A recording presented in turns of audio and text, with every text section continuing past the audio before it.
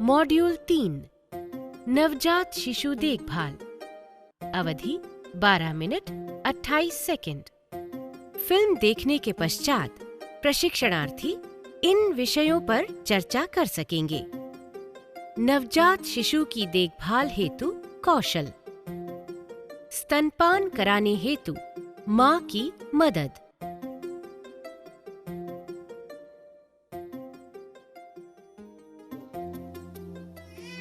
ज्योति ने अभी अभी बच्चे को जन्म दिया है। यदि बच्चा जन्म के समय रो रहा है और ठीक प्रकार से सांस ले रहा है तो उसे माँ के पेट पर लिटा दें और उसके शरीर तथा सिर को सूखे साफ कपड़े से साफ करें। ऐसे में रूटीन ओरल सक्शनिंग की जरूरत नहीं पड़ती। जैसे कि पहले बताया गया है कि बच्चे के बाहर निकलने के 1 से 3 मिनट के बाद नाल काट दें। ऐसे करने पर शिशु के अंदर खून का प्रवाह बढ़ता है, जो कि उसे बचपन में होने वाली खून की कमी से बचाता है।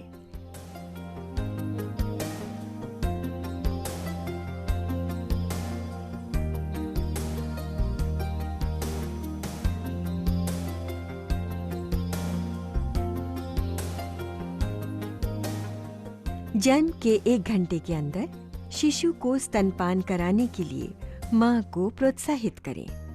माँ का पहला दूध यानी कोलेस्ट्रम शिशु को बचपन में होने वाली बीमारियों से बचाता है।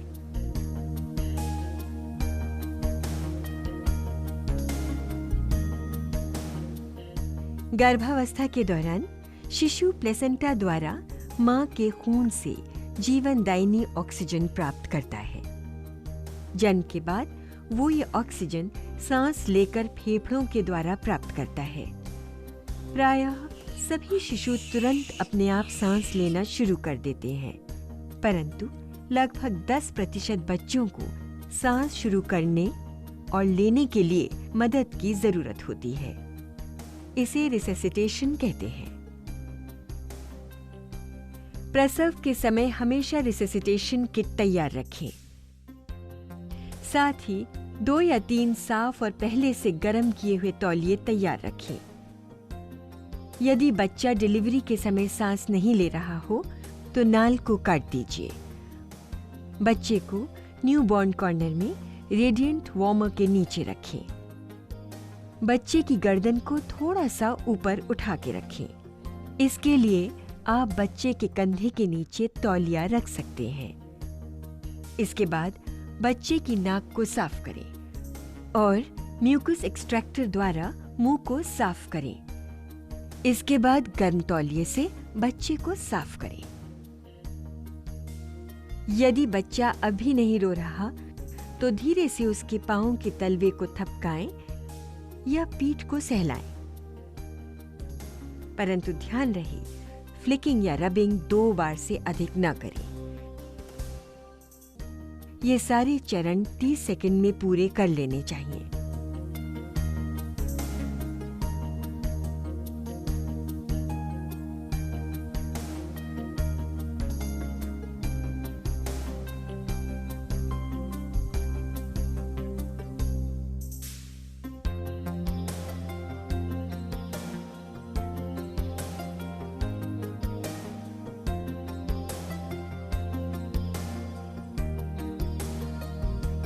यदि शिशु फिर भी नहीं रोता और ठीक प्रकार से सांस नहीं लेता है तो उसे बैग और मास्क द्वारा सांस देना शुरू कीजिए। एम्बू बैग या सेल्फ इन्फ्लेटिंग बैग का इस्तेमाल कीजिए।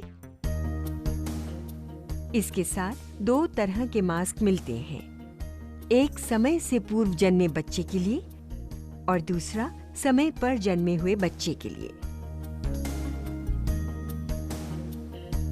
सही साइज का मास्क चुनें जो कि आंखों के अलावा ठोड़ी, मुंह और नाक को सही ढंग से ढक ले।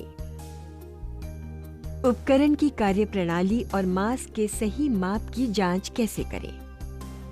एम्बू बैग या सेल्फ इन्फ्लेटिंग बैग को चेक करने के लिए मास्क आउटलेट को हथेली पर रखें और दूसरे हाथ से बैग को दबाएं। आपको हथेली पर कोई दबाव महसूस हो रहा है? क्या आप प्रेशर रिलीज वाल्व को दबाव देकर खोल पा रहे हैं? यदि नहीं, तो जांच लें कि क्या बैग कहीं से लीक तो नहीं है। प्रेशर रिलीज वाल्व में कोई रुकावट तो नहीं है। क्या आउटलेट पूरी तरह से बंद है?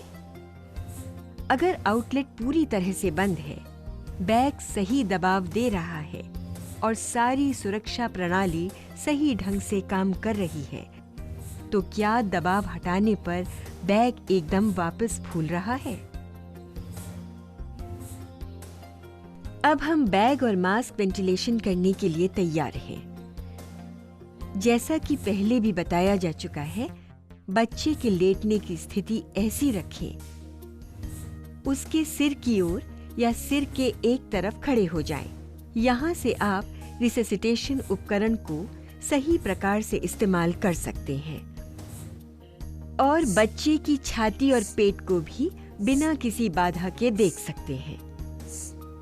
मास्क को बच्चे के मुंह पर इस प्रकार रखें कि अंगूठा और पहली 2 उंगलियां रिम के अधिकतर भाग को ढकें और चौथी तथा 5वीं उंगली बच्चे की ठोड़ी को आगे की तरफ लाएं ताकि सांस सही प्रकार जाए। मास्क के रिम और मुंह के बीच कसाव बनाएं। तभी सही प्रकार से सांस का फुलाव फेफड़ों में होगा। हर सांस के बाद शिशु की छाती को देखें।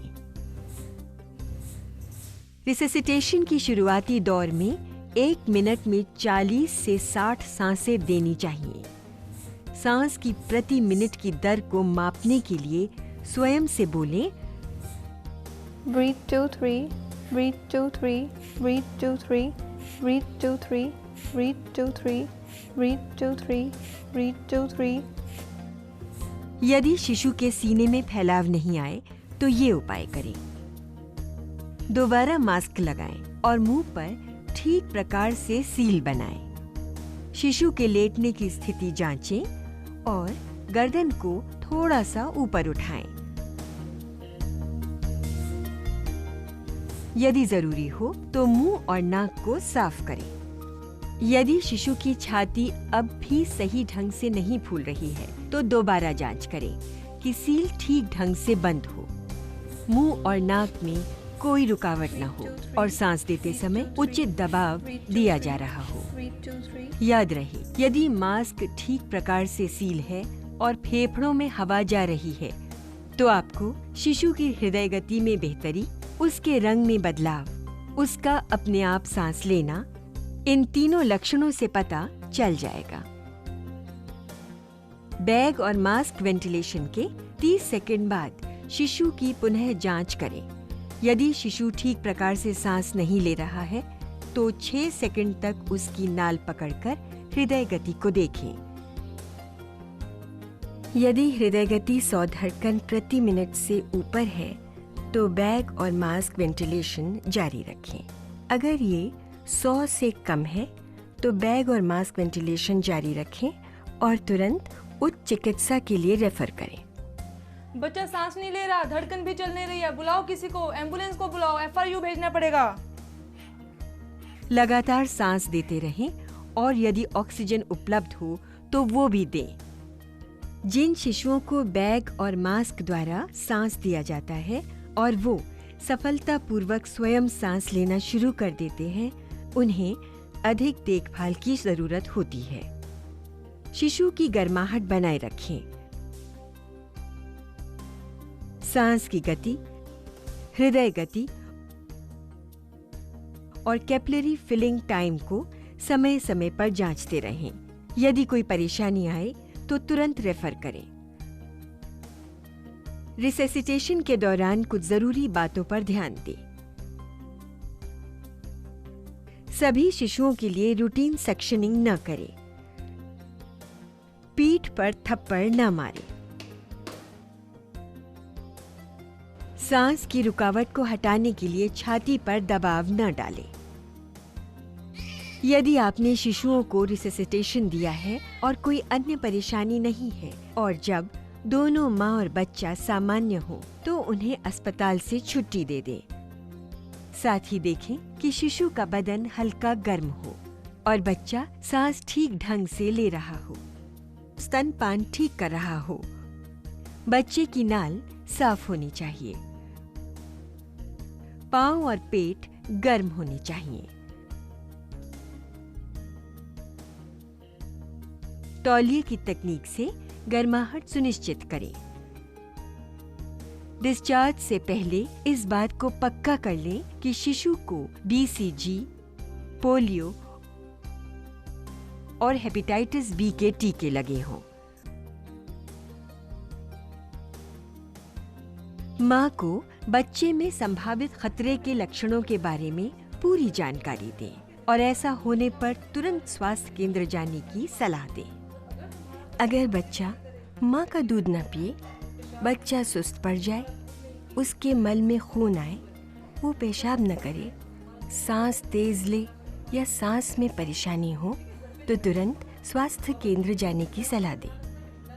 ये भी ध्यान रखें कि बच्चा ठंडा न होने पाए और अगर पी लिया बच्चे के पेट या पैर तक आ जाए तो चिकित्सा अधिकारी से मिलने का परामर्श दें।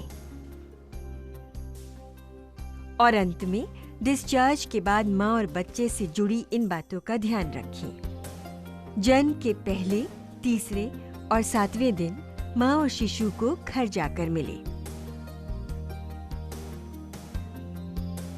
मां को अधिक खून के बहाव और प्यूपरल सेप्सिस के लिए जांचें। शिशु की जांच में देखें कि वो स्तनपान ठीक कर रहा हो और उसका शरीर गर्म हो। मां को सलाह दें कि शिशु को सिर्फ अपना दूध पिलाए। मां बाप को परिवार नियोजन की सलाह दें।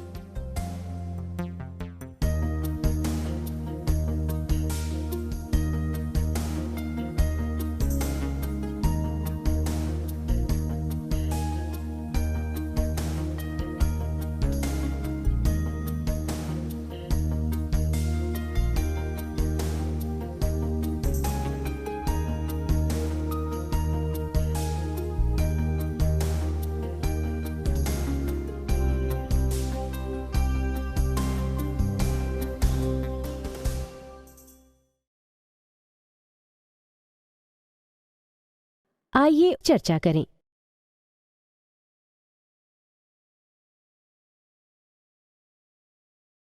आइए चर्चा करें।